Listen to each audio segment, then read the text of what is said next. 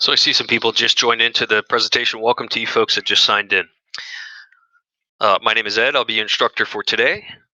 And what's interesting about that video I just showed you is that it was an example of undercounting. But conversely, another case, in one of those previous headlines I showed you, was from Milwaukee. And Milwaukee had the same kind of issue.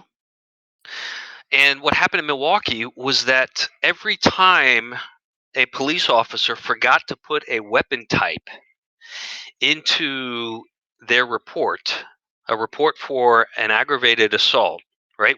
I'm sure most of you know, when you write up an aggravated assault report, what do you have to have? What do the officers have to put? The system should require them to put into the weapon field some kind of weapon type, right? What kind of weapon was used?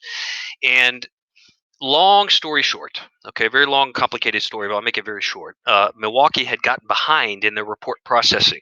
They had 6 months of reports pending processing by records, processing, review, and approval of those reports and records. 6 months is a long time, and they were desperate to get through these, and so they took some shortcuts. And instead of having to reject the report back to the officer to get corrected and wait for it, which was a part of the problem, they would reject reports and did not have accountability in place to make sure officers got them corrected and back into the queue and into records in a timely manner. They didn't want to wait for the delays. Officers would take too long and wait a week or 2 weeks and to get that report back. So they said, you know what, that's going to bog us down even more. So we can overcome this error in the system. Right, this system is flagging us an error in these hundreds and hundreds and hundreds of reports saying, hey, they forgot to put a weapon type.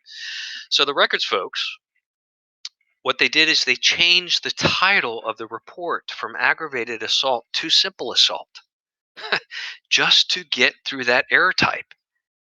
And the system would then approve the report because simple assaults don't require a weapon type. And in doing so, the agency unknowingly lowered the violent crime rate in a major metropolitan American city by over 25% just because of a sort of an issue that was completely non-nefarious in nature, that was designed to help them get through a backlog more quickly, but it got them into some hot water. What are the reasons that these things happen, whether it's over-reporting or under-reporting? What happens? Why did these things occur? And once you know what to look for, it can be prevented. So the first thing is inadequate quality control. I'm going to talk about all this stuff that you see on this slide. I think there's 3 or 4 bullet points on the slide. This is just an overview. We're going to dig into details on this as we go forward. So inadequate quality control, meaning the department doesn't reconcile reports as they should. And I will teach you what reconciling means here towards the latter half of the presentation. There's too much of a reliance on the RMS, on the system itself, for production of accurate stats. Now, I and my team as a company, we work with we're at 3,500 agencies so far this year in 2020. Whether that's through most of that's training, but some of it's consulting.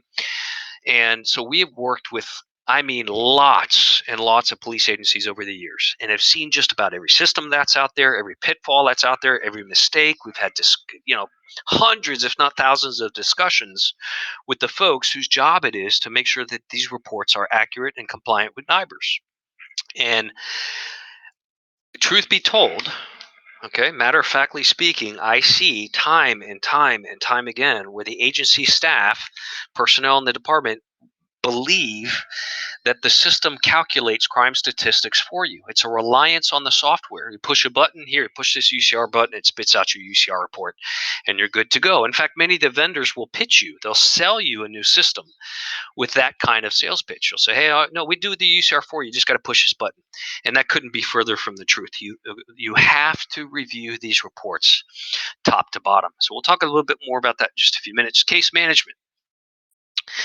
Case management, it is a definition, a key definition, which I'll give you also in just a few minutes. It relates to the proper management of case statuses and dispositions not being managed and updated correctly or in a timely manner.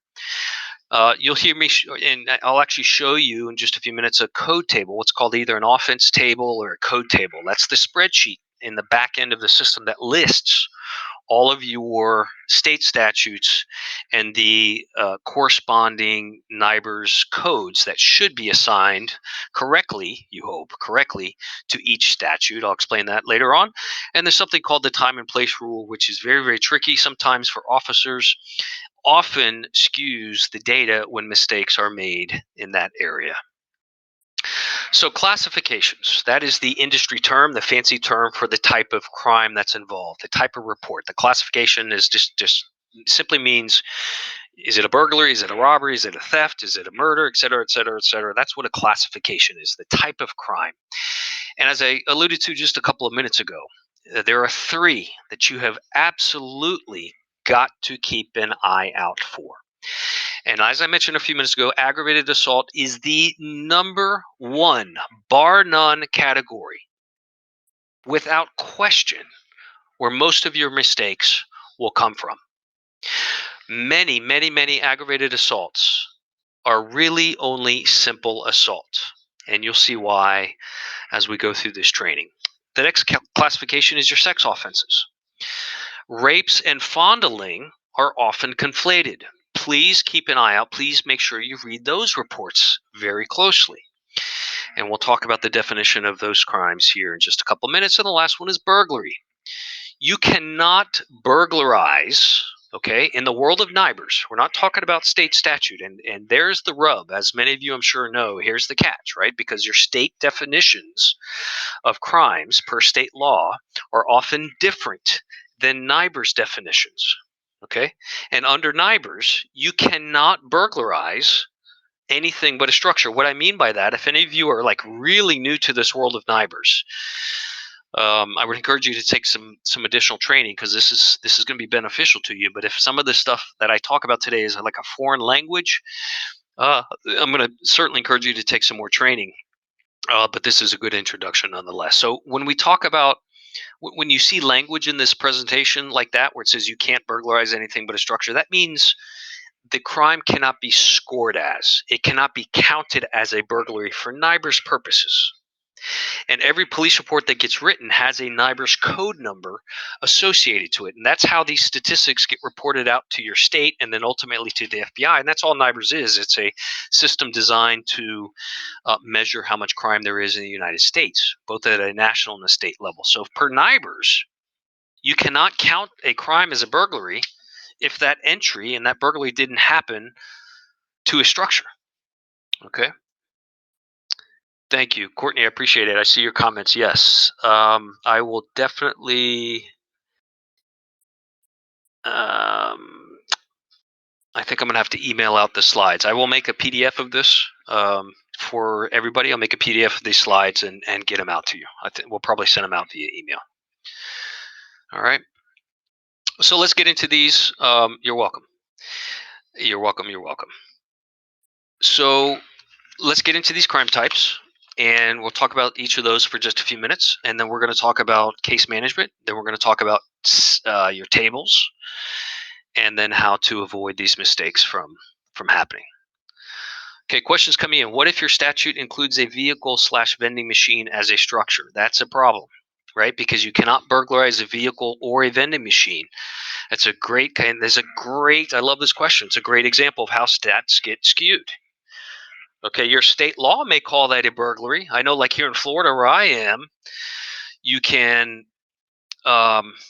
burglarize a vehicle per state law, but per NIBRS, that's called a theft. It's a theft from a motor vehicle. Why? Because a vehicle is not a structure.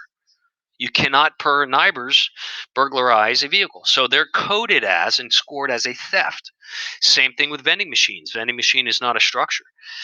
A vending machine is an other, a quote unquote other. You can't, and I've seen, it's funny you mentioned vending machines. Some of the audits I've done, truth be told, I've seen departments and software systems classify vending machine break-ins as burglaries. And the officers see it like a burglary. You know, they get to this vending machine that's been shattered and the glass is all over the floor. And to an officer, it looks like a burglary. It smells like a burglary. It tastes like a burglary. There's glass all over the place. And, you know, hey, it looks like a burglary. It broke into the machine. Not so fast, right? That's a theft from coin-operated machine. There you go. So assaults. Okay, let's do a quick scenario. And I want you all to put don't put it yet. Don't jump the gun here. I want you to put your answer in the chat box. Okay. So during a protest, you get a report during a protest. Of course, we've had lots of those lately. An officer is punched in the face and suffers a minor laceration to his lip. The offender is arrested and charged with aggravated assault or aggravated battery, whatever you call it in your state. That's the charge: aggravated assault or ag battery on a law enforcement officer. Now, in NIBRS, we have we have three different types of assaults in NIBRS. We have aggravated, we have simple, and we have intimidation. Now, based on that scenario I just read, what should that be scored as in NIBRS?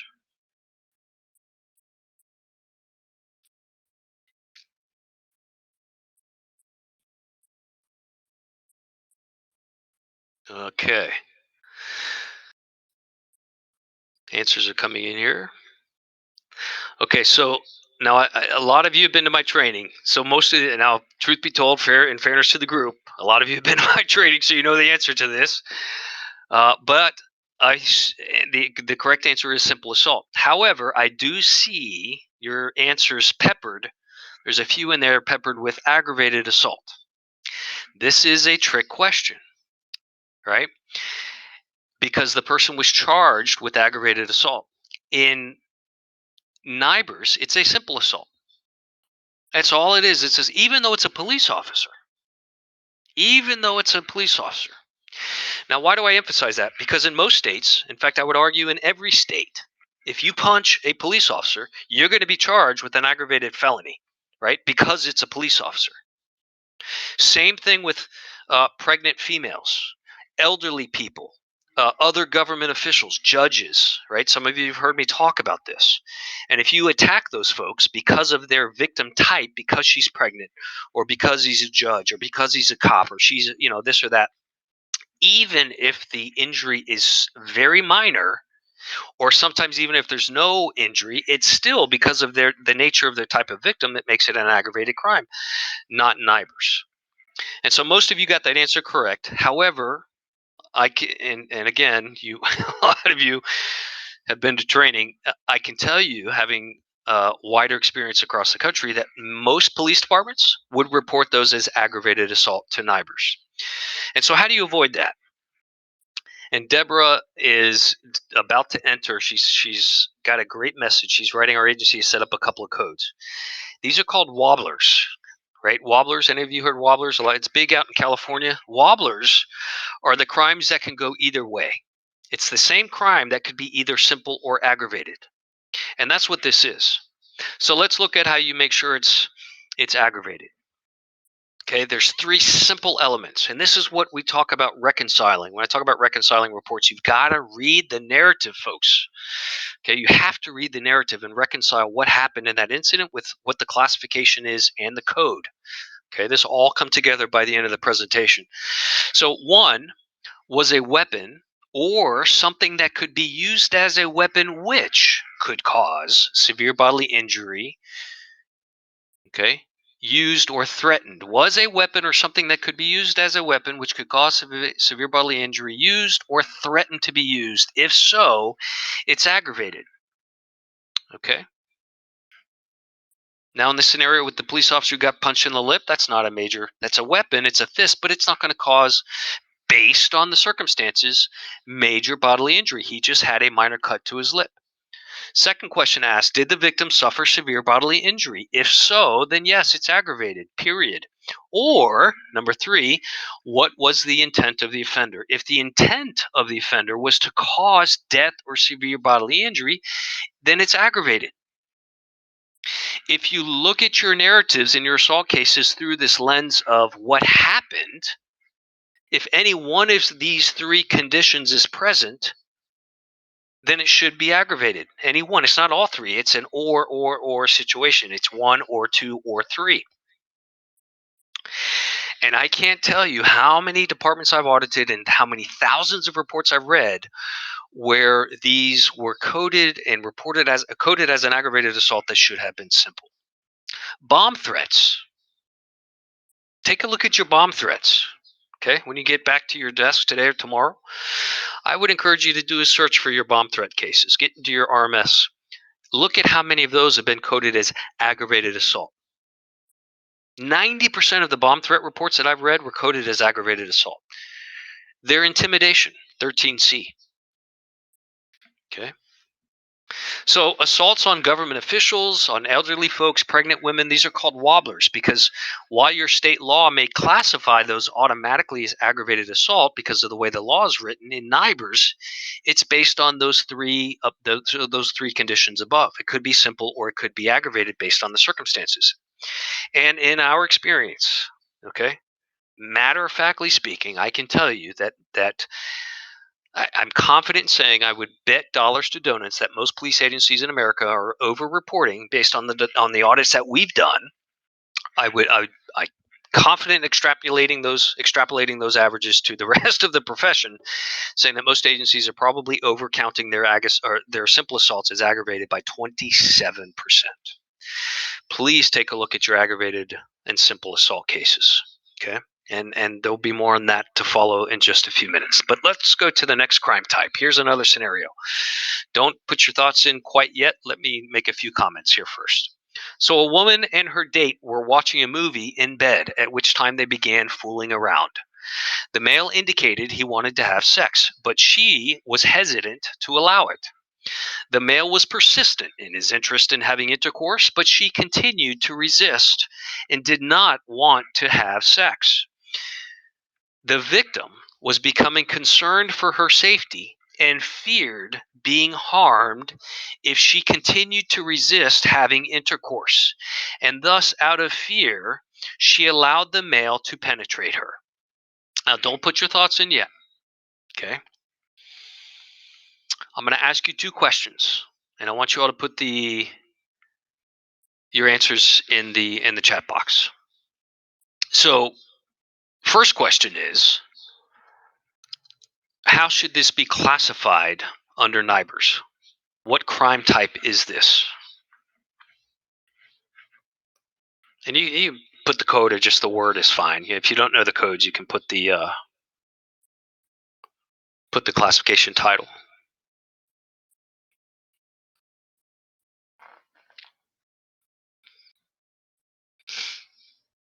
Okay, so I see the answers coming in. Again, seeing a lot of these names, I see lots of familiar names. I believe most of you are like in records, if I remember correctly. And so you're correct. It is a rape. Now, actually, I have three questions. Here's the second question. How many of you have read a case like this? Same kind of circumstance, but the officer did not select rape and they selected something else like suspicious incident or information only or not, something pending further investigation, and did not classify it as a rape based on these circumstances. Any of you ever seen that happen? Frequently. Nancy says frequently. Yep, there's another. Marlena says a lot. Yes, yes. Okay. So you know what I'm talking about. And the reason for that is because to a sex crimes investigator, to a police officer in general, right? What have they been trained in? They've been trained in state law. And many state laws will say, hey, at the end of the day, she allowed the male to have intercourse with her. Look at the last sentence, right? It says, out of fear, she allowed the male to penetrate her. And they will interpret that as consensual. And they say, well, this can't be a rape because look, at the end of the day, even though she's scared and this and that, she allowed him to penetrate her, and that can't be a rape. And that's how most police officers, to their credit, to their understanding, have been trained and know, hey, that's not a rape. So here's the third question, and this will clarify this for you. And this is what I want you folks to teach your officers. Here's the message to carry out to your staff. Can a woman, and you've heard, if those of you who've been in my class before, you've heard this, you've heard me ask this question before, and I say it time and time again because this just continues to happen. It's very, very common. Can a woman allow sexual intercourse to physically happen and not consent to it?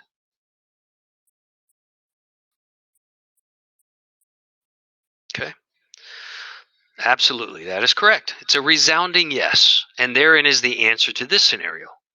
A woman can, because she's feared for her life, because she fears the guy's going to kill her if she doesn't give in, she goes ahead and allows the physical act to happen. That's a rape, folks. That's a rape, unquestionably. Okay, but there's other things to remember. To have a rape in NIBRS, and remember in NIBRS there's several types there's two, if you're taking notes, right? There's two sexual offense categories. There's sex offense consensual, and there's sex offenses non-consensual. In the non-consensual category, there's several different types. There's rape, there's sodomy, there's rape with an object, and there's fondling. So let's go over. I'm going to talk about where the mistakes happen. Let's go over where the mistakes come from. So first, there has to be penetration, right? To go with a rape, which I think is 13A, if I'm mistaken. It's been a long day. I think it's 13, right? Correct me if I'm wrong. I think 13, or is that ag assault? Ag assault's 13A. It's 11A. I'm sorry. Rape is 11A. So there must be penetration. The victim and the suspect must be of the opposite gender. And as long as the victim didn't consent, it's rape. And that's what you want to teach your officers to determine when they're doing their investigations. Period. End of story. Was it or was it not consensual? Even if she allowed the physical penetration to happen, was that consensual? Okay? Because she could let the penetration happen but not consent to it. It's an absolute possibility. Now, if the if the sexual attack, which is non-consensual, and there is penetration, but it's between either two things. One is between people of the same gender, then you tack on a sodomy charge, a sodomy count. Or if the sexual penetration is oral or anal in nature, it's sodomy. Okay. And so, yes, you can have both a rape and a sodomy counted and scored in the same offense. So when you're reading your rape cases, if the narrative indicates the penetration happened between two people, male and male or female and female, same gender, or the penetration was oral or anal and it was non-consensual, then you should have both a rape classification and a sodomy classification. Now, I see. A couple of questions have come in here. So, how does coding work if the victim files the report, does the rape kit, but refuses to press charges? Still a rape. Great question.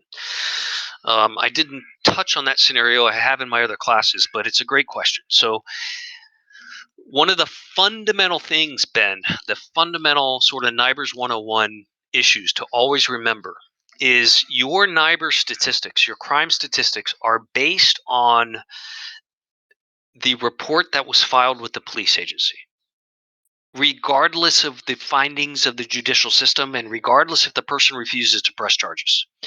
And so this is a great point that you are raising. And another good thing to have your officers understand, a good thing to teach them, right? They need to understand that crime statistics and NIBRS statistics are a completely different animal altogether than the judicial system. They're apples and oranges.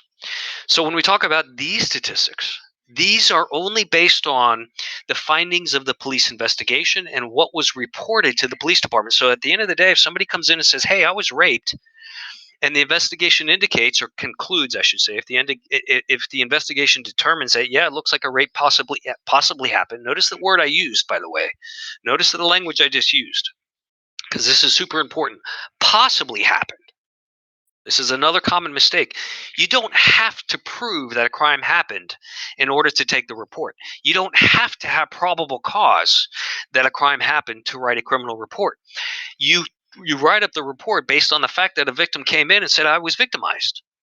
Okay? So in other words, said otherwise, unless there's positive proof that a crime did not happen, you take the report and we write it up as a rape or whatever the crime is, even if they later, after the fact, decide not to press charges.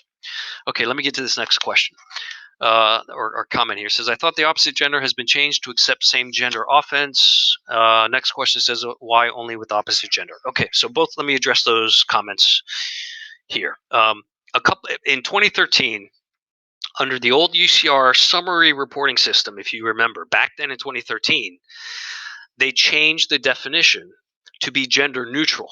That was the old system, okay, under UCR summary. So if you're still doing UCR summary reporting today, a rape can be same gender, okay? Under NIBRS, however, Nikki, it has to be the opposite gender. So it's a change back. When you switch to NIBRS, it's a change back to the way that it used to be prior to 2013. It has to be the opposite gender. And the reason for that, the question Rachel's asking, the reason for that for a rape is if you pull up the NIBRS user manual and you look at the definition of rape, they base it on the dictionary's definition of what's called carnal knowledge. It's like an 18th or a 19th century term from the 1800s. Carnal, CARNAL, I believe. Carnal. It's the unlawful carnal knowledge, which by definition is sex between a man and a woman. So the FBI follows that standard. It's just a technical thing. So again, if you have a same sender, once bearing in mind is once you switch to NIBRS, if the rape occurred between the same gendered folks, you're going to report and submit to NIBRS both a rape and a sodomy. And then point number 3 here is fondling is touching only. These are very, very, very often miscoded or miscounted as a rape. I'm going to show you examples of that in just a second. I'm actually going to pull up a sample audit. It's a real audit we've done. I've taken the agency's name off of there out of respect for them, but it's an actual audit sheet that I'll show you examples of that. It's very common. Read your fondlings closely. A fondling is touching only. But if that touching leads to some kind of penetration, okay, in any way, shape, or form, whether the penetration is however slight it may be, whether it's with the tongue or a finger or a toe or anything else, the second there is penetration, you are no longer in the world of fondling, and you're either going to have a rape or sodomy. Okay, period, end of story. Now, let's talk about burglaries for just a minute. Okay, a suspect broke into a fenced-in lot and stole a generator from the loading dock of a warehouse. The suspect broke the lock on the gate and forced the fence open to gain entry to the property. How should this be counted or scored for NIBRS purposes?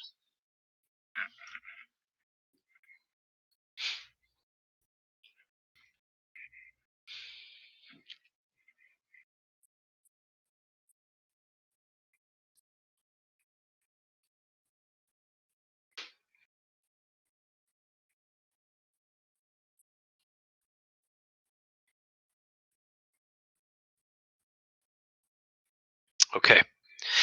So based on the answers you guys are typing in, most of you got it correct. Most of you got it correct. Hopefully, uh, that's because you heard what I mentioned a few minutes ago when we were talking about burglary. Remember what I said? You can only burglarize what? What can you burglarize? What's the only thing you can burglarize? A structure. And if you dig into this, right, you read this narrative, what did they break into? They broke into a lot, L-O-T. They broke into the lot. You cannot burglarize a lot. Okay? And many, many, many, many reports will be coded and incorrectly coded, and this is over reporting, right? You're reporting what should be a theft or larceny, same thing, theft and larceny, same thing, as a burglary. Okay, burglaries can only be scored in NIBRS as such if the suspect entered a structure that is not open to the general public at the time of the incident. So it does not include places like yards, carports, lots, or any sort of open air location. And also, as a side note, some of you come from states, I know, that in the state law and the state legal definition of a burglary, it depends on whether if the location was locked or not. Throw that nonsense out the window when it comes to NIBRS. It does not matter if the building is locked or unlocked. All it matters is that it's a structure. And yes, as Kelly is mentioning in her chat, it has to have 4 walls, a roof, and a door. And the reason the overreporting happens in this case, for you Florida folks, for you Florida agencies, and any other state, to that end, for that matter, any other state, that counts a burglary to a yard, a carport, or lot by state law, like we do in Florida, heads up, right? Here in Florida and many other states, the second I cross the threshold of a yard or carport or lot that is surrounded, it's called the curtilage. If I break the curtilage, like a fence or a shrubbery or some kind of perimeter protection zone, if you will, around a property, if I enter that and commit a crime, by law, that's a burglary. And so your tables, it's quite possible, in fact, it's highly likely that your table for that crime, and I'll explain that in just a few minutes, is coded as a burglary. It's not, it's just a theft. Okay, if I go in and steal something, it's a theft. Now, furthermore, when it comes to burglary, and again, I'm sure some of you have learned this through my training, you don't count a theft with the burglary. When that theft, whenever that property, whatever property was taken during the course of the burglary, per NIBRS, it's just a burglary. Theft is what's called a lesser included offense. Okay? What I mean by this is in most states, not all, I get it, but in most states, when you enter a structure illegally to commit some kind of crime, that act in and of itself is burglary. I have entered that structure illegally. That act itself of entering is considered a burglary. And then there's a second crime. If I go inside that structure and I steal something, in most states, that's a separate or secondary crime of theft. If I go in, I steal the television, I steal something, right? That's another charge of theft in most states, not in NIBRS. Don't count your thefts as well as your NIBRS. You're over-reporting your thefts significantly. Okay? Very, very, very common cause for over-reporting. Now, time and place scenario. Okay, don't put your text in yet. Let me walk through the scenario and give you a couple comments, and then we'll ask the group again the answer.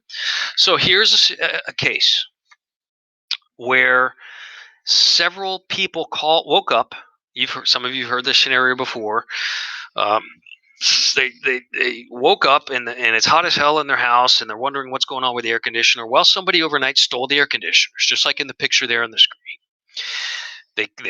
Somebody came along and stole those outside air conditioner units, and all the apartment owners call the cops and say, hey, I want to report. And the investigation determines, the officer finds out that someone stole 8 air conditioners from outside the apartments. And the report that you're reading lists 4 victims, each of whom owned 2 air conditioners, right? So that's 8 air conditioners. So we apparently have 4 people that called the police. Each of them have 2 air conditioners for their apartment, and they were stolen. Now, all 4 of these people say, I want a police report. And the officer gets there and says, okay, well, dang, I got 4 victims. I got 4 different apartments involved here. How many of you think the officers are going to write multiple reports, right?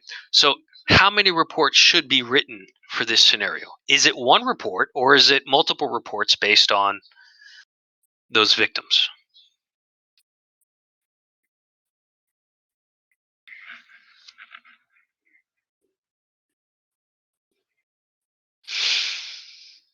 Okay. So again, most of you got it right. Probably most of you, it's been to training before. It is correct. It is 1 report because it is the same time and place. And the time and place rule says, well, I'll explain it. I think I have it on the next slide, right? Let me just jump ahead here real quick on my end. Yeah, I'll show you the definition here and talk about it on the next slide. So it's based on time. If the incidents happened at the same time and place, which these did, it's 1 report listing 4 victims, and you should have 8 air conditioners listed in there as stolen. But it's 1 report. Now, I saw a few of you put 4 reports, and you put that because there's 4 victims. A couple of comments said, well, there's 4, technically it's 4 different apartments. So it's 4 different locations. Actually, because the air conditioners are outside, if you look just like that picture, right? See the picture. It's those in the world of NIBRS, those air conditioners are at the same location. So it's same time period, same location. It's one case. So this is a rule that dictates not only how many reports should be written, but how many offenses should be scored. Now, I'm going to show you a screenshot here in just a few minutes coming up here where that gets really tricky, where there's a box. If you look in your system, you will likely see a box called counts, counts. How many counts should be scored for this particular incident? And the different software systems, the different RMS handle this differently. One of the audits I did here in Florida for Tallahassee, they had they used the Tyler New World system, and that's a system that asks the officers to put a count number in. It doesn't count. Most systems will count the offenses by itself. It'll auto calculate how many offenses you have based on the type of crime the officer selects and how many victims are associated with the offense. And so most of the systems will calculate, but there are some like Tyler that will want a count number. I'll show you that in just a second. So two things to remember when it comes to time and place rule. Not just how many reports to write, but really at the end of the day, how many counts should there be? So when you have multiple property crimes, okay, this applies to property crimes only, multiple property crimes of the same type, the same offense, happen at the same time and place, you only count one example. So again, theft of the air conditioners, and more commonly, as most of you, this is a hot topic. Everybody always asks about this. What if you have, well, there's Michael's question. Michael's asking this question right now. Thefts from motor vehicles. If you have a string of motor vehicles that were broken into, and they're all related, and they all happened at the same time period. It doesn't have to, again, there's no exact science. The NIBRS program doesn't say it has to be the same minute. It doesn't have to be the same exact physical location. What it says is if it's at the same time frame, taken together with the fact that it's within the same I think the language you use is immediate proximity or adjacent to one another. And it appears, based on the investigation, that they were all likely committed by the same suspect or same suspects plural, then they consider it as one report. So again, to answer that question, multiple vehicle break-ins, if they're down the street, multiple blocks, a 100 block, 200 block, 300 block, 400 block, and it looks like they're related, it looks like it's going to be the same suspect. Investigation indicates these all happen between whatever, midnight and 6 a.m. It's one report, and you list all of your victims in that one case. Okay.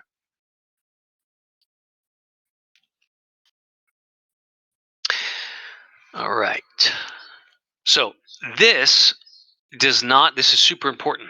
Okay. Another reason for sometimes over-reporting. This does not apply to burglaries of homes, apartments, or suites in an office building. Okay, burglary is in fact a property crime. Burglary is the act of entering a structure, as we talked about. That's a property crime. But when these burglaries happen to homes, apartments, or suites in an office building, okay, you can never, ever, ever write them as one report. Okay, this is actually a reason for underreporting, not overreporting. This is an underreporting situation. So even if the homes are right next to each other, right? Think like three houses built right next to the other, 100, number 122 or 102 and 104, they all get broken into. I don't care if they're right next to each other. I don't care if they happen during the same time frame. These are different places according to NIBRS, different locations. Got to write a separate report for each home, for each apartment, or each suite in an office building. Okay. Uh, the storage units, everybody asks about those. The multiple storage units that are broken into, and those storage warehouses. We have a big rental facility where people rent places to store their junk. That would be one report. If they broke into multiple storage lockers to steal property overnight, you can do those as one case, one report. Now, I want to talk about case management for a couple of minutes. This is really, really a common hidden, what I call the hidden unknown. I was just working with an agency recently where we uncovered some stuff happening right under their noses in this area. Okay, and it's very, very, very common. Yes, Courtney is exactly right. Quality control checks internally are an absolute must. Must, must, must, must. We've got to check stuff very closely. So let's define case management. What is case management in the world of records? What is case management in the world of crime statistics? Because case management is very different to a detective. Case management to detective is the process of, investigating their crimes and following up with victims and witnesses and suspects in a timely manner and writing their right. They're managing their caseload in a timely, efficient manner. That is entirely different than what we're talking about here. This is super important, folks. Case management is the combined business processes required to ensure the timely and correct management of the status and disposition of criminal investigations as they progress through the criminal justice system. Now, think about that. Chew on that for just a second. Think about all the steps that are involved, all the pieces of the puzzle, all the parts to this process in any single case, right? Take any given burglary case where a guy is arrested, a robbery, a murder, a theft from a motor vehicle where somebody's arrested. One simple police report goes through a whole series, often months and months long process from the moment that police officer writes that report all the way to the sergeant, to records, to the prosecutor's office, to the defense attorney, and ultimately to a judge and the court system. There's many pieces to this thing called case management. And as it relates to your crime statistics, whether a crime and a clearance, right? Because NIBRS, we report to NIBRS both the numbers of crimes that happen and we report the number of clearances that happen. Clearances can happen in two ways: clearance by arrest or clearance by exception. Both of those are counted in NIBRS. We report the number of crimes we have, we report the number of crimes we have solved, be it by an arrest or an exception. They are counted for NIBRS purposes. But here's the catch: whether it gets counted, whether the crime gets counted or the clearance is counted correctly under NIBRS, depends on what one simple little box in your system says. What you need to ask and what you need to look at is you need to build out the workflow. Take a look at how your agency is updating that one little box called status in your agency.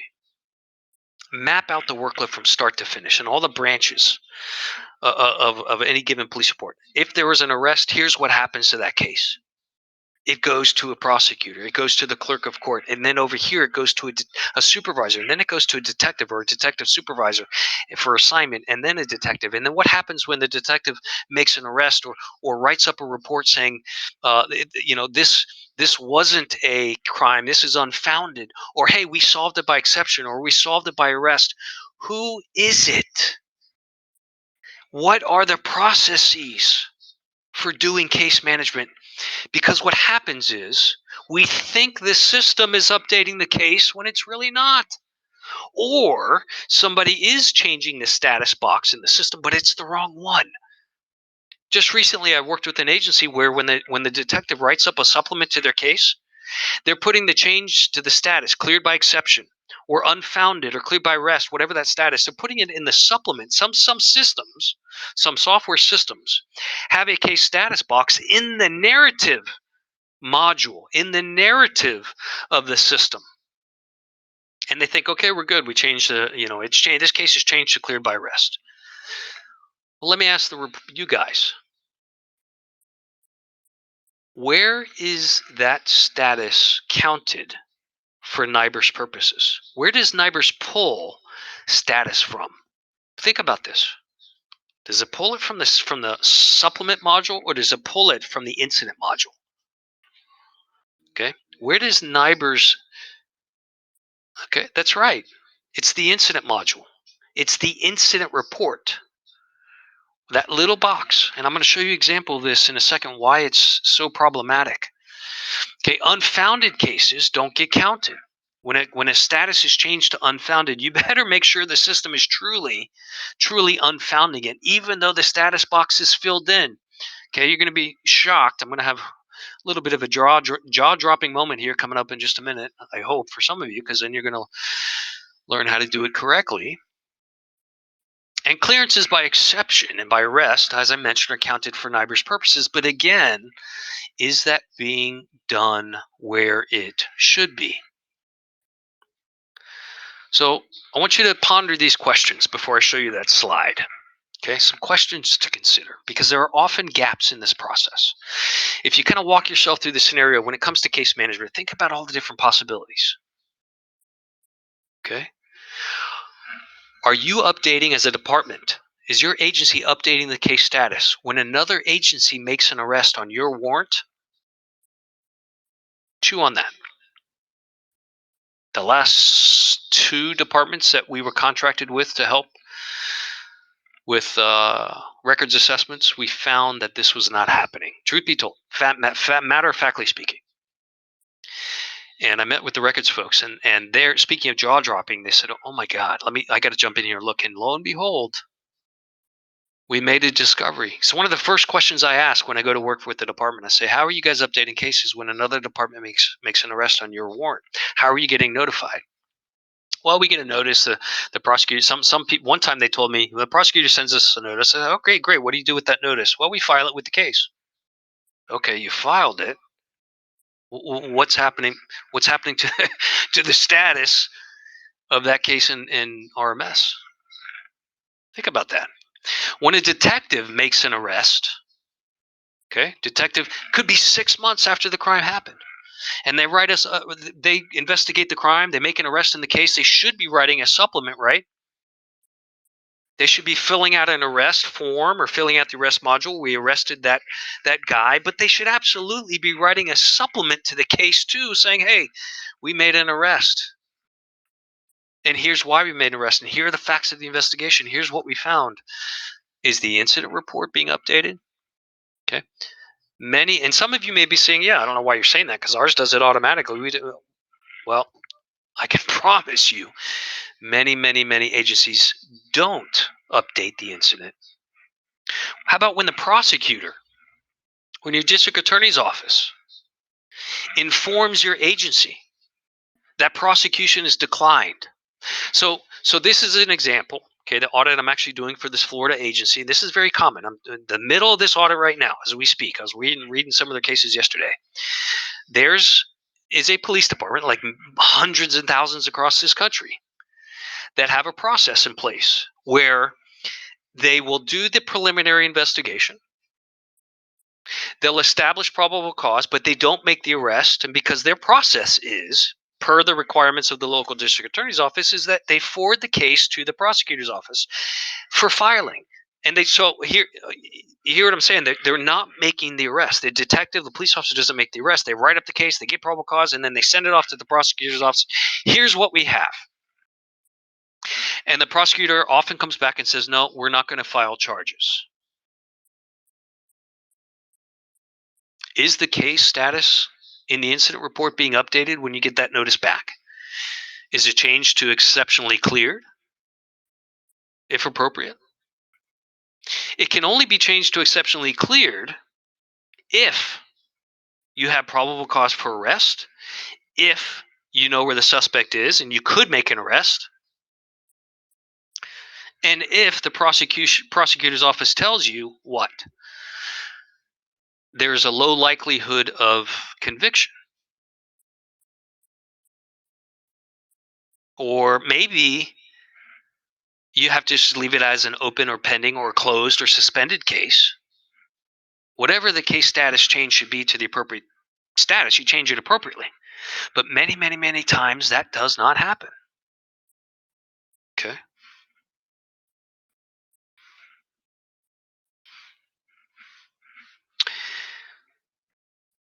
So here's that box. Okay. Look at where at the top it says offense status, right? See, it says closed dash unfounded. And right below that, offense report clearance. You see that little red arrow? It's blank. The agency that I'm auditing today, right now, and I'm going to show you their audit sheet here in just a second, is over-reporting crime by 27%. Because all the cases which they unfounded after an investigation were marked as unfounded correctly in the status box, but they didn't know that it also has to be listed in the offense report clearance box. And for the last, since they've had this system, I think it's about 5 years, crime is 27% lower than they've been reporting in their city because that little one singular box wasn't filled out with the word unfounded. They didn't select the unfounded box. Now, that's this system. I'm not suggesting that this is how it works in every system. What I am suggesting, and you all have different systems, right? Some of you have Tyler, some of you have, I don't know, Motorola, some of you might have Spillman, some of you might have Sunridge, some of you might have Mark 43, some of you might have, Intergraph, whatever system it is. And this, again, this is a screenshot from only one of dozens of vendors out there. In this particular system, that's how it works. You have to have unfound, and this is, some of you are probably asking, well, who the hell is it? What kind of system? This is the Smart Cop system. I don't know if any of you have Smart Cop. But check. The lesson is check. Make sure that your agency is doing it. Does it need to be filled out in both boxes? Does it only need to be filled out in one box? This is the kind of small little nuance. Think of that. One little box that doesn't get filled out that causes an agency to over-report crime by 27%. And if I was the chief or the sheriff to come to find out that, we crime was much lower than we were reported, I would not be a happy camper. Okay.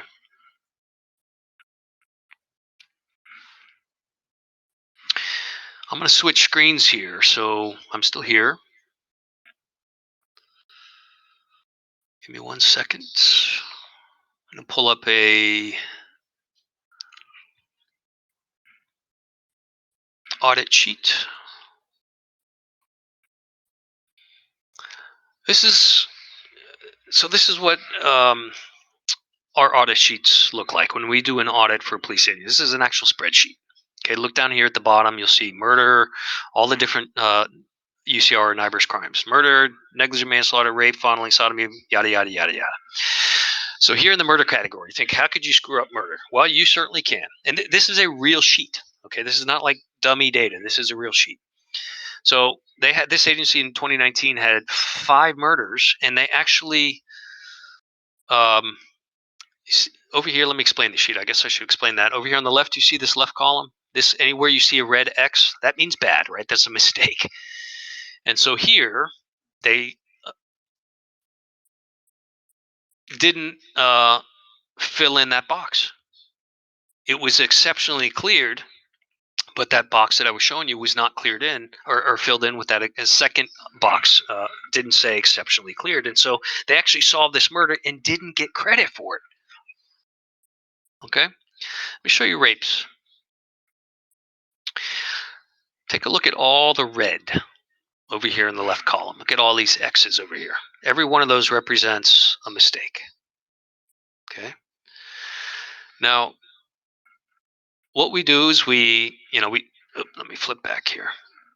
Okay, we put the case number, we put the way the crime is classified for NIBRS purposes in this column, the as is column, how many counts were counted for that particular case, we put the status, and then we have this section over here says what it should be for UCR or NIBRS purposes, what the classification should be and what the status should be. Okay. Sometimes it's right? So this is a rape. It should be a rape, but the problem is that it's X cleared, but the status in the system shows warrant. Okay, warrant issued or applied for, but look at the comment, says the state's attorney's office declined prosecution. At the end of the day, what were the results? Look at these totals down here. They reported to UCR that 33 rapes happened. That doesn't sound a lot. That's not a huge number, but that's not what matters. After making the corrections, 7 of them were unfounded. That takes you down to 26. That means as a city, you were over reporting rapes by 20%. That, folks, is a big number. The percentages are what people look at. What's the crime rate in your city? Comes down to percentage. That's what the media loves to look at. How much more crime did you have versus this city or that city? And they look at percentage. I'd be really upset. I'd be really upset at my department if we overreported rapes by 27 or 20%. Next category, look at fondling. Okay, look at all the red X's. A lot. And what's going on here is they reported, conversely, a lot of cases which were reported as fondlings should, as you see over in this column, should have been rape. And some of the statuses should have been changed to unfounded. And I have not totaled this yet. I don't know what the total is in this category. And then the last one I want to show you is the ag assault. Same agency had last year 241 aggravated assaults. After the corrections and adjustments, there were 67 cases that were either unfounded or should have been simple assaults, bringing it down to 174. They were over-reporting ag assaults by 29%. And folks, the only way you catch this stuff is to read the report. Well, actually, I'm jumping ahead. I'm gonna come to that in just a couple of minutes. I don't want to jump too far ahead. Okay. So, that's how you do it. That's how we do an audit. That's how a correct audit should be done. Let me flip back here. Give me 1 second.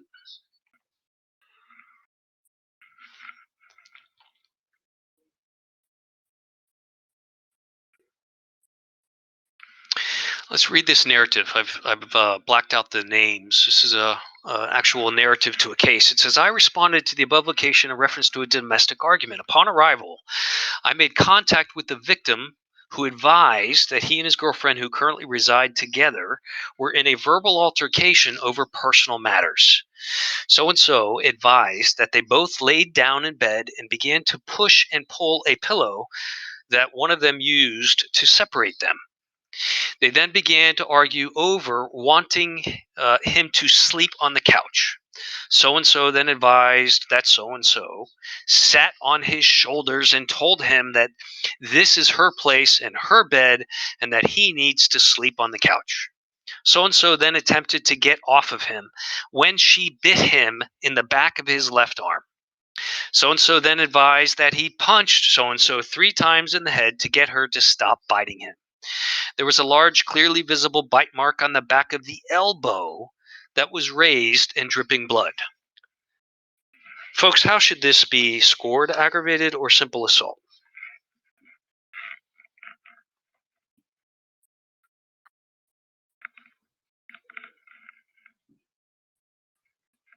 And put your real thoughts in here.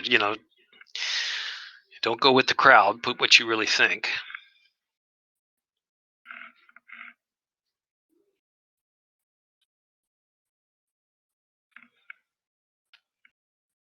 Okay, look, are y'all looking at these answers coming in, right? A lot of simple assaults, but we see a couple of aggravated. Someone put aggravated, there's blood dripping. Someone put only ag if he seeks medical attention. Aggravated, simple and aggravated. There's another aggravated. There's a simple. Need more info on how the injury was treated. That's a very good comment. So we've got a smorgasbord of answers. Many of you said simple. Many of you said aggravated. Okay.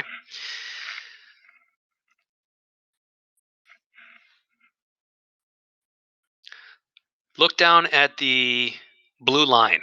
Okay. This is a screenshot from this case, this actual report that you're reading.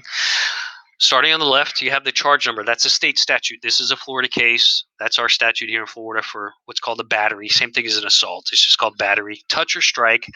Scroll over to the right. It's domestic violence related. And then you see this column here. It says UCR in code 130A. That's the code at this department and in this system for aggravated assault, 13A. This is a simple assault, folks. Okay? Simple assault. It's a bite mark. It's raised. He's bleeding. And yes, a couple of you had good comments. You said maybe it depends on what did he need to be treated for? Were there stitches needed? If so, then it's severe lacerations, and then that would be correct. But if he didn't need stitches, okay, or it's just a minor cut, minor amounts of blood, then we could go simple. So this is a wobbler. This is one that could go either way. And based on this narrative, we those of you, and a couple of you, like I said, you mentioned this in your comments, that have a really good eye would probably, correct me if I'm wrong, you might kick this back, right? You would kick this back and say you really don't have enough to know. If you read in the narrative, you would kick this back and say, I need more information to know if this is aggravated or simple. But what happens most of the time is it just gets accepted as is and marked off as approved, and boom, boom, boom, we're done. It's aggravated assault. Okay. This is likely a simple assault unless the guy needs stitches. And this is how, in the ag assault, one of a couple of reasons, besides case management, one of a couple of reasons, if not the main reason, why things are overreported as aggravated. So we need more information. Okay. So ask at your police agency. Ask these questions. Does your agency have an assigned system administrator who actively maintains system tables? Do they stand? And I'm going to show you one here in just a second. Okay. Do you maintain the code table, the statute table in the system each year as things change, as your legislature makes legal changes? That those things get updated and the laws change, and that affects your NIBR's coding schema. Do you have a thorough quality control in place? How do errors in police reports get corrected? What's your process? Is your quality control process correct? How, and that seems simple enough, right? To some of you come from agencies that have your stuff together and you do a really good job, and I get that. Many agencies have gaps. Many agencies haven't received the training that's needed to do this correctly, and they have not been taught, or haven't learned, perhaps maybe through just not enough time on the job, that hey, there's some gaps here. We're not getting notice back from the state's attorney's office, or the prosecutor's office when case statuses are changed or updated or unfounded or dropped. How is that notification? Look at your workflows, folks. It needs to be done step by step by step. That's what I do when I come in. I map out the workflow and say, okay, this step to this step to this. Here's what happened. It goes from officer to supervisor to records to detective, supervisor to the court. You'll find the problems. You say, okay, yeah, we get a notice back, but what are we doing with this notice? One of the recent agencies I worked with, they get the notice back that the case changed, or the prosecutor, is not filing charges, and so hey, maybe we're going to exceptionally clear this case, but oh my gosh, it's not being done. We thought the detectives were doing that. We thought nope. We call them. Are you guys? No, we thought you guys in records were doing it. Nope. Oh my God, nobody's doing it. Right? Are supervisors held accountable for thoroughly checking police reports from their officers? It saddens me. It truly saddens me as somebody who sees a lot of police departments get in the news, right, accused of cooking the books, for something that is so preventable. Think of LAPD, that I showed you that video, and many other headlines, for things that were so avoidable. Okay. I've seen agencies. In fact, there's one of the things in your handouts. When you click on that, don't do it now because we're almost done, but we're not quite done yet. One of the things in your handouts is the Phoenix Police Department. They were accused of cooking the books. They were accused of increasing their kidnapping statistics, intentionally increasing the numbers of kidnapping statistics for the purposes of getting more grant dollars, higher grant funding to help combat kidnapping. And so the newspaper eviscerated them in the news and said they're falsifying the stats. They're applying for grant funding based on false pretenses of having high rates of kidnapping. Yada. Guess what the audit found? They were not doing that. You know what the audit found? Case management failures. There was no accountability. Supervisors weren't held accountable to thoroughly checking reports. The department had a laissez-faire attitude when it came to case management and crime reporting in general. They didn't really pay attention to the boxes and these nuances and the breakdowns in the workflows that so often can happen. Have your officers been trained in NIBR's report writing? Okay. Do you track the accuracy of individual reports? What's your error rate? Is Officer Smith time and time and time and time again every month writing bad reports that need correction? Do you have Supervisor Sergeant Jones every month who's checking the approve button when he's not even looking at the report? Whether he's just retired on duty or maybe he comes from a busy shift, maybe his call volume is high and he doesn't have whatever the reason is. It's a problem that's got to be addressed. And accountability has got to be woven into the fabric of the agency to prevent this kind of stuff from happening in the first place. So we have to be proactive. We have to prevent those mistakes from happening in the first place. Okay? Accuracy requires preventing the mistakes from happening in the first place. If any of you went to my free webinar I did, I don't know, it was probably a month ago or so. So you've seen some of this stuff, but I want you to remember this, right?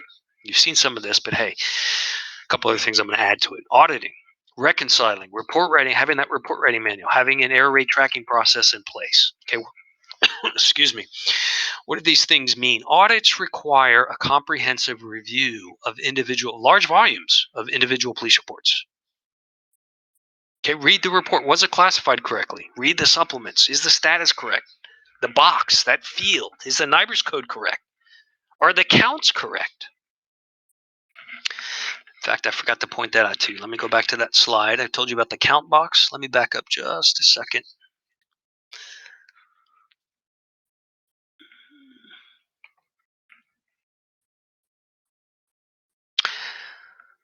Okay. Oops.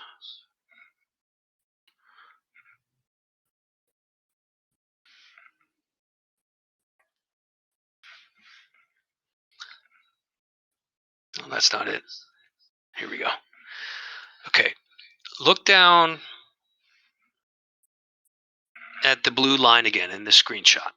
I forgot to point out this. You see this column here? It says counts. That box, folks, is probably the most important or second most important box to look at next to the UCR code itself. And some systems require the officers, and you have to check with your vendor, check with your system administrator. It all depends on how your system functions and what vendor you use, what software you use. But that box right there is really, really important because what is in that box will dictate potentially how many counts, how many stats are going to be reported to NIBRS. When I audited Tallahassee last year, their Tyler agency, the officers would put a multiple number for every robbery case. So when any robbery, for example, where you have multiple people who were held up at gunpoint, let's say I have a robbery case and there were 4 people held up at gunpoint, or 4 people beat up for their cell phone, whatever, they would put the number of victims they had. Well, robbery is a property crime in NIBRS. And how are property crimes counted? Property crimes are counted per incident, not per victim. That's the ironic thing about about robbery. Law enforcement robbery, we think of that as a person's crime, counted per victim, not NIBRS, not UCR. That's a property crime. It should always default to 1. It should be 1 count per robbery, regardless of how many people were robbed. Okay, so look at that count box. Look in your system, wherever that count box is, and stay on top of it, right? If you're not looking at it today, definitely want to start doing so. Okay, and so that's what an audit uncovers, is looking at those nuanced boxes. Okay, I'm going to flip screens here again, so give me 1 second. Some of you have seen this sheet in the last webinar I did, but for those of you that are new to our training, have not seen this, this is what's called an offense table or code table. The title doesn't matter. The purpose is the same.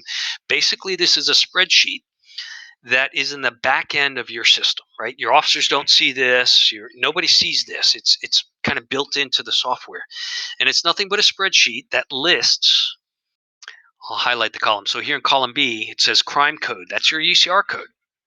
Okay, that's a 3-digit code. A couple columns over here, it lists all of your state statutes. What is the state law for that? What's the number, right? In Florida, this is a Florida table. These are all the statute numbers for the different crimes listed in column E, the description of the crime, right? These are all of our kidnapping stats. Well, let's take a look. Red is bad, right? Just like a red marker. Red is bad. So anytime you see red, and by the way, this sheet has I'm going to scroll down real quick. I always forget. 7,699 statutes in it. And that's about right. Anywhere from, usually it's about 4,000 to 5,000 statutes on average on the books in any given state. We've got a lot here in Florida, but that you're easily looking at several thousand statutes, many of which have to be reported to NIBRs. Now, let me just show you a couple examples of that are pretty concerning. In this case, we have an agency that had 290, which is, correct me if I'm wrong, I want to say 290 is criminal mischief, robbery, criminal mischief. I'm trying to remember. I might have to look it up.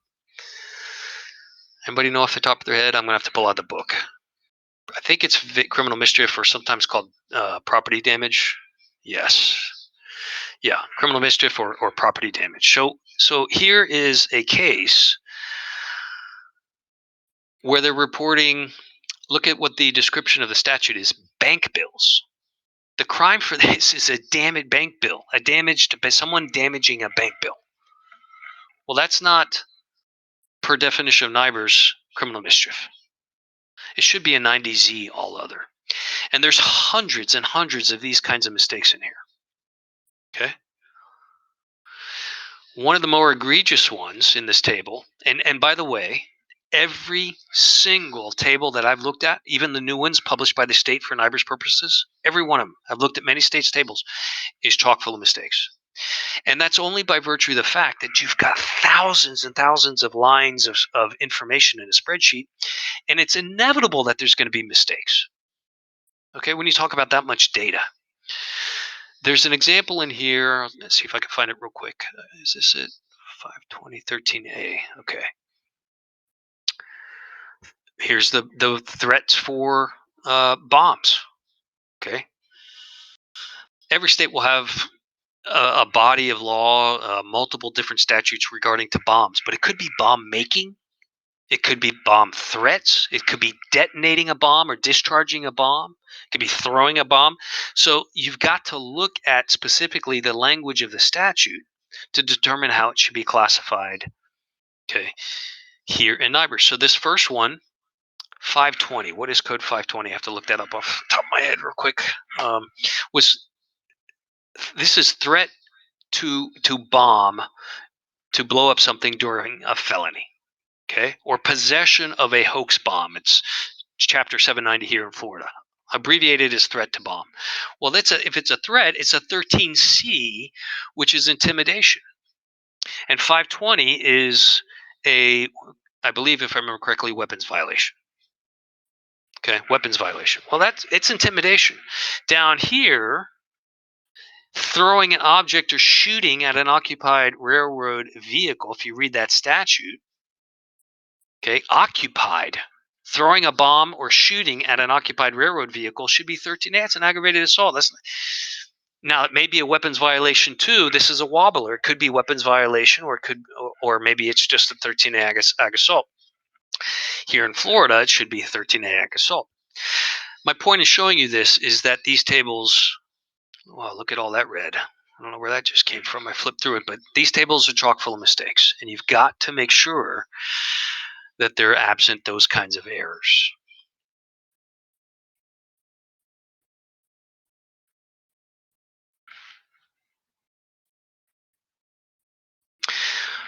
Second point is reconciling. I mentioned that word earlier, right? Reports have got to be viewed through this lens of reconciliation. Many of you have heard me say that earlier or before. What's in the narrative of a report should reconcile with the NIBRs classification. That means the title of the report or the code, right? What's the code number? It should also reconcile, or meaning match or align with, the person section, the property section, the vehicle section, the case management section. Does what the officer wrote in the narrative align with the rest of the report? You cannot assume that the system is going to do it correctly because of those wobblers, because of those criminal enhancer statutes. It's a police officer, it's a pregnant female. Maybe it's coded incorrectly and you need to go in there and manually change it to a simple instead of it automatically being coded as aggravated. Is the system going to report the case with the correct NIBRS code. Think of aggravating factors, right? And the correct number of counts or offenses. Folks, the only way that you're going to know that is reading the dang report. Do not have a reliance on the software. And so many departments, so many people, so many professionals in this field are sold, unfortunately sometimes by the vendor, on that concept. Hey, the software would do it for us. No, I'm sorry, folks. We have to read those cases. And then, of course, the report writing manual, without a handbook, without a guidebook that provides standards and gets officers, supervisors, and your records folks on the same page, preventing mistakes from happening in the first place is very, very difficult. And I always ask my students, for those of you that work in records, and I do want you to answer this question in the chat box. I want to see what your there's a lot of chats that came in. Wow. If I missed any, there will be time for Q&A. I'm sure I missed some of these questions here. I'll leave time for questions in just a minute.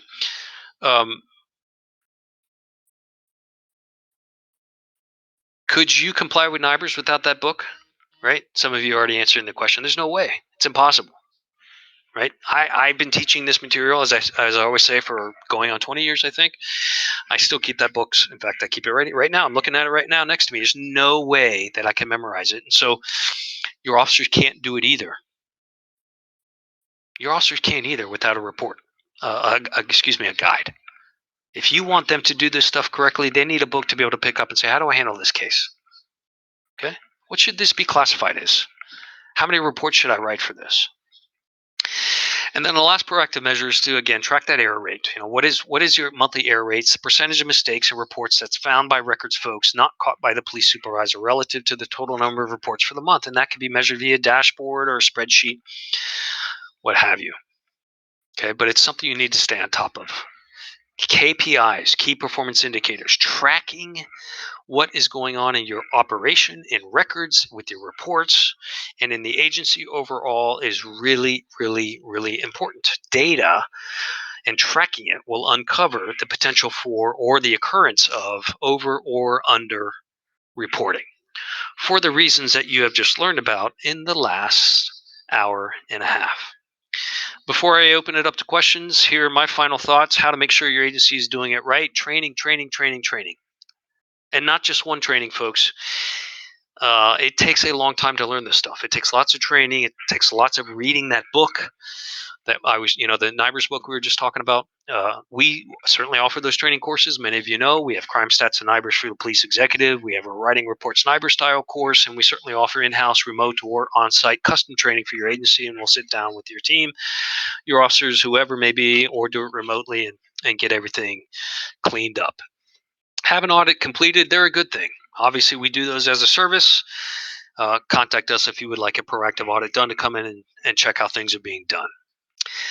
With that, I'll take any questions. If you have questions, go ahead and put them into the chat box. For those of you that are ready to check out, please do take the survey.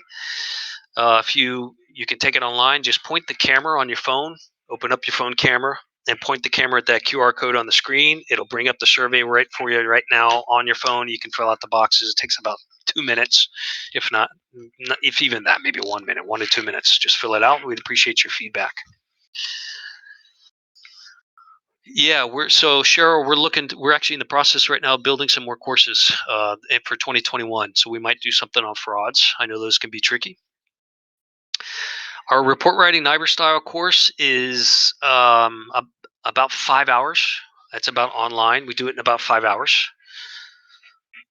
So it's not a full day. So yes, it's less than 8 hours. You're welcome. And I will have my office email these slides out to you folks.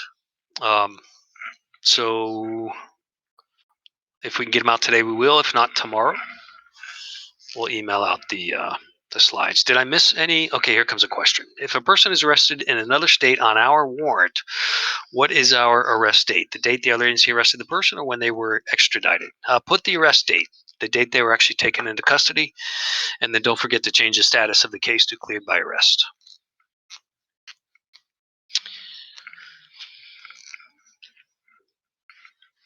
You're welcome. You got it. I would definitely get the slides out to everybody.